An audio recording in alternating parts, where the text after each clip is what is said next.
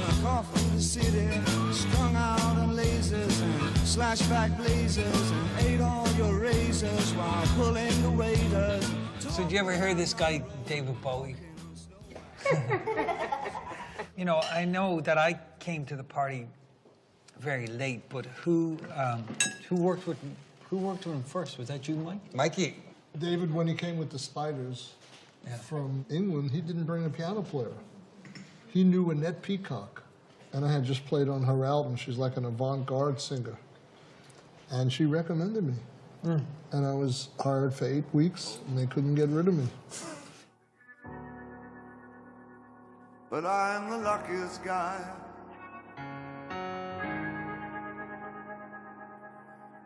Not the loneliest guy in the world. Earl joined the band, which would have been about 2 years after I joined. Yeah, it was. It was like 1974. I thought, why do we have a 14-year-old guitar player in the band? Right. And I was going, what am I doing with all these old men? Yeah. I'm serious because I was, what, 22? Maybe less, no? Just maybe 21 or 22. Tony Newman was on drums. He was over 30. That's right. You were almost 30. Yep. Right? 29. DB was 5 years older than me. So I'm like looking at all these old dudes in the band, but now like I'm the old dude in the band. Sterling, you've been with David a long time. Yep. How did you? The lineage is when I met Dennis Davis in '78. So. And he lived in my building. He lived in your building? And he was going to do a gig that night. And how old were you? 14. 14. That's and he, you know, he had a stick bag, and I was like, I just started playing drums, you know. Where you going? He said, I got a gig tonight. I'm playing at the Garden. You want a ticket? And that's it. That was it. He was playing Madison Square Garden. I was going this way, and then he just went. And he never looked back. Really? He never looked back. No, that was it.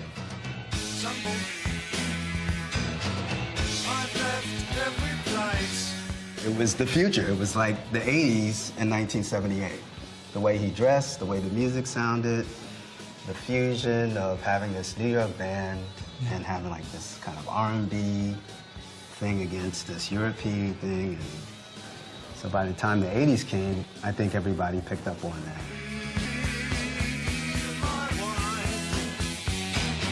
I was going to ask Catherine her experience of meeting David. I was told he was looking for someone to sing backup vocals and play simple keyboard parts. Right. So that was the job description, which ended up turning into a lot more than that, which was great for me. Right. Because in this band, I got to do everything that I didn't even think I could do. Ziggy really sang, screwed up eyes, screwed down hairdo. That's in Catherine's Japan. But your singing is so incredible, Catherine. Incredible. You know, I loved singing with David because he liked to holler. Yeah. So it was nice, you know, station to station. I got to, you know, that vibrato. Oh, you know. Yeah. Is there life on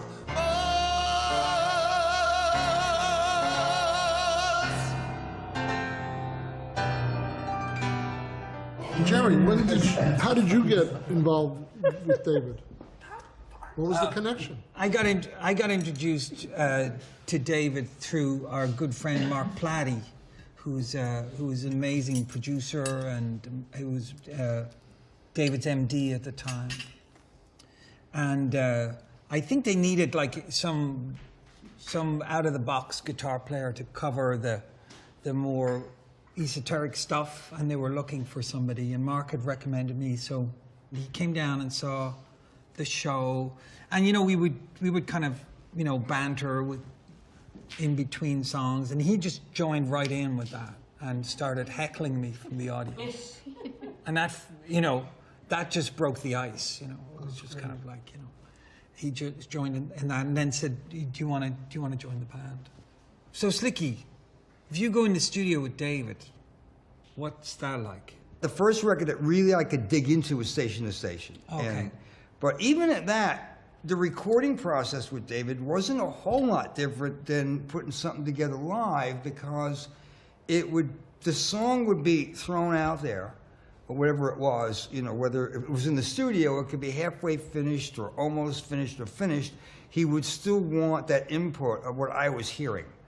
So we would just like sit, like on the last record when we did Valentine's Day on the next day, it was pretty much the chord changes and some of the lyrics were there. And as soon as he said it, I said, damn, that's Kinks. That's totally Kinks. So he said, go for it. So if you listen to the record, you'll hear my rhythm. It's very Waterloo Sunset, my electric rhythm on there. He would give you the shell, and then, you know, you would fire off ideas at him, or he would fire ideas back at me, and that's how we did it. It wasn't like, okay, this is where I want this part, and these are the notes you got to play. It didn't work like that. It was very much of a collaborative thing where he picked people that did a certain thing for a certain reason. So, but he would figure out how to drag that out of you. Do you think he would pick you to do certain songs because, I mean, maybe later on, would he pick you to do certain songs because of the way you play? Yeah. There were certain things that I would do that became signature over time that he knew, okay, that's a Slicky track. That's the Jerry track, whatever, you know, and that's how he worked it. And sometimes it would be he would have an idea, but, you know, he couldn't play it to me right. So he'd give me the shell of it, and then I would just keep it, I'd go, oh, no, that's it, you know. So it was really good like that, because it gave me an opportunity to take the ideas and make them mine as well, which felt good.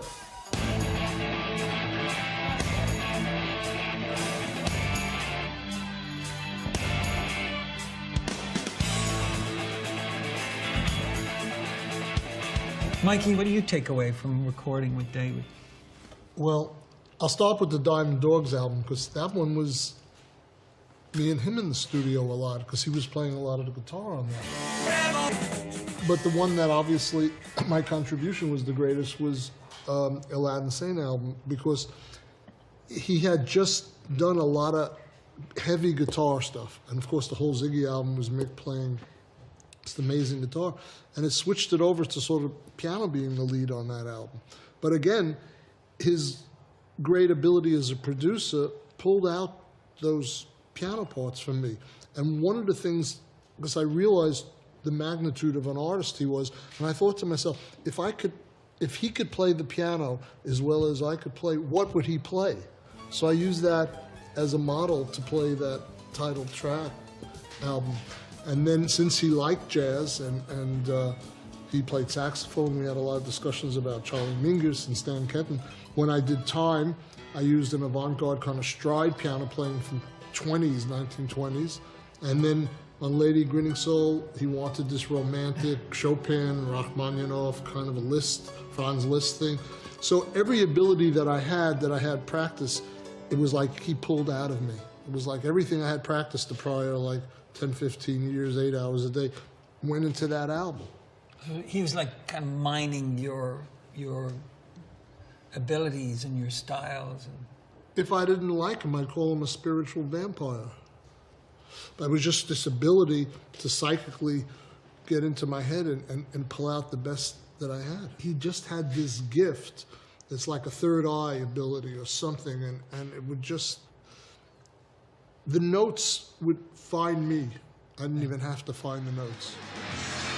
Whatever I was thinking about or doing, he welcomed. He would figure out a way to take what I did or any musician who ever worked with him and pull the best out of them. That was one of his greatest gifts. So, I mean, I had a million great experiences. The Young American track, that piano part I played, just literally spiraled into the whole tune. Because he could take a little fragment of what I did and all of a sudden it turns into that piece. And then all of a sudden Sanborn is off playing the most amazing alto saxophone on it. So he pulled the best out of Dave, you know. He did it with anyone he worked with. But isn't that the thing that David did maybe with all of us, was he kind of, you know, conscripted you at some point, and then, but then also allowed you to, he wanted you to be yourself. He didn't want you to be some kind of clone or copy, or he wanted it to be a living, breathing thing. The genius in all that is that he didn't pick guys that were, let's say, the most proficient, because I don't know what the hell I'm doing. You know, it's all gut. So all he would do is he would pick guys that it felt right, and then he would take what they did. That's right. And enhance it. That's right. And fit it into the puzzle. He was the perfect casting director. Yes, exactly. Right. That's what it was. Yeah. Everybody learned from everybody, so that was the cool thing. And then David never said, do this. No. He'd always say, now, what do you think about this?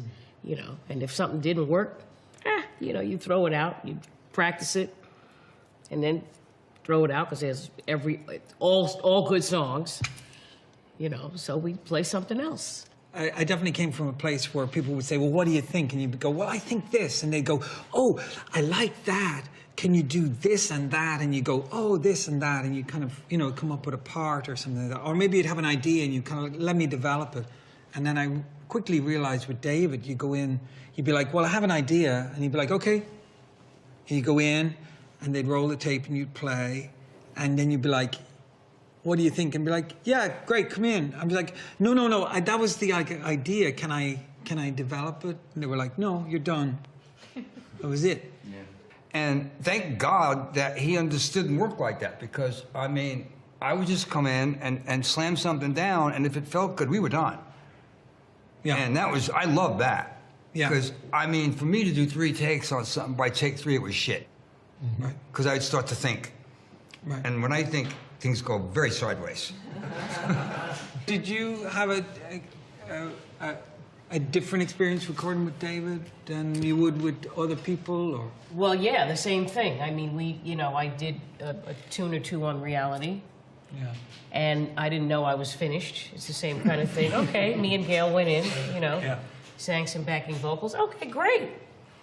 And I thought, you know, I don't know how that was. Was that okay? You know, because I'm so used to, well, others that I've worked with, where you spend all day long trying to get something perfect, you know, perfect, and then then they say, you know, take a break. You know, it's not there yet.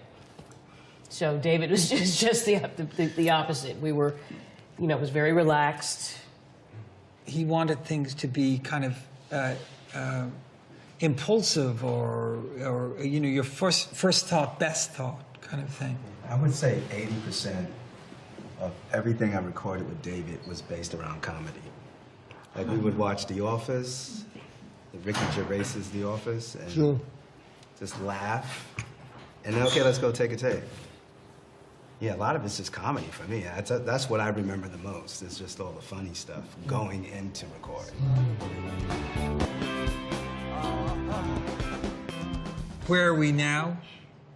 I mean, you know, David's passed. And is there anything worth saying about the way we feel, or where we think we are now? Any thoughts on that? Mike, have you any thoughts on that? It's still surreal. Right. Yeah, it's still a bit raw. Yeah. Yeah. Because we were saying, after, you know, and I thought I was alone in this, after the last tour, we didn't think we were done. We just thought we were going to go back out eventually. And we're still, you know what I mean? So it's feel like in that holding pattern. Waiting for the call. Waiting for the call. Yeah. What do you think, Slicky? There is this weird thing that I'm just going to get an email. Yeah. I know I'm not going to get an email. Yeah. But this is odd, you know, because for the last few years, you know, I'm doing my thing, he's doing his thing. We're all doing our own thing separately, you know. And you don't see them, but you're emailing and stuff. And so, right, so there's it's not like I saw him last week or anything, you know what I mean? So, that makes it really, really odd. If there was a word or a phrase that you would say you remember David by? Wow. Renaissance man. Nice. You know, I tell you, if I could double-edged sword. It was always a double-edged sword. For 42 years, it was a double-edged sword. And that's me just being dead and honest. Best life lesson I've ever had.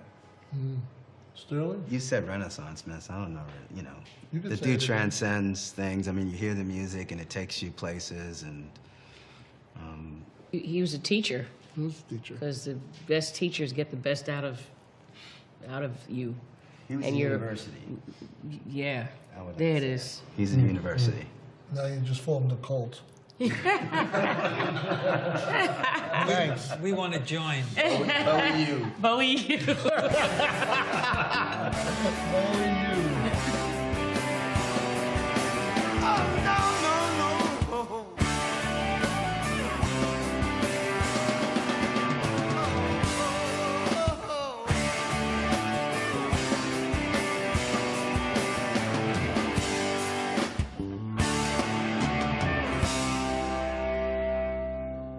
Now Ziggy played